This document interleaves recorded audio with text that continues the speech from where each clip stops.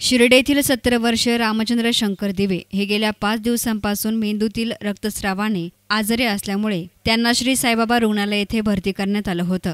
डॉक्टरांनी त्यांची स्थिती अतिशय नाजूक असल्याची कल्पना त्यांच्या कुटुंबियांना दिली होती आणि याच दरम्यान साई सृष्टी भारतमचे संस्थापक आणि साईबाबा हॉस्पिटल येथील डॉक्टर अशोक गावित्रे यांनी त्यांच्या कुटुंबियांशी चर्चा करत त्यांच्या नेत्रदानाविषयी संकल्पना मांडली आणि दिवे कुटुंबियांनी त्यास संपूर्ण संमती दर्शवली। याच दरम्यान त्यांचे पहाटे 5च्या दरम्यान मृत्यू झाला आणि त्यानंतर त्यांचे मरणोत्तर नेत्रदान करून घेण्यात आले। दिवे कुटुंबियावर दुःखाचा डोंगर कोसळला असताना त्यांनी सामाजिक जाणीवेतून घेतलेला हा निर्णय इतरांनी घ्यावा असाच आहे।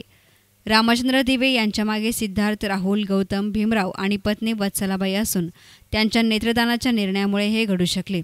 या कार्यासाठी प्रवरा आय बँकेचे डॉक्टर प्रतीक वाळुंजकर, डॉक्टर पल्लवी प्रिया तसेच साईनाथ हॉस्पिटलच्या वैद्यकीय अधीक्षका मैथिली पितांबरे, साईबाबा हॉस्पिटलचे वैद्यकीय संचालक डॉक्टर विजय नरोडे, उपकार्यकारी अधिकारी डॉक्टर संदीप आहेर, कार्यकारी अधिकारी रुबल अग्रवाल, अध्यक्ष उपाध्यक्ष तसेच सर्व विश्वस्त आणि जिल्हा सामान्य रुग्णालयाचे नेत्रदान समुपदेशक सतीश आहेर आदींचे सहकार्य लाभले।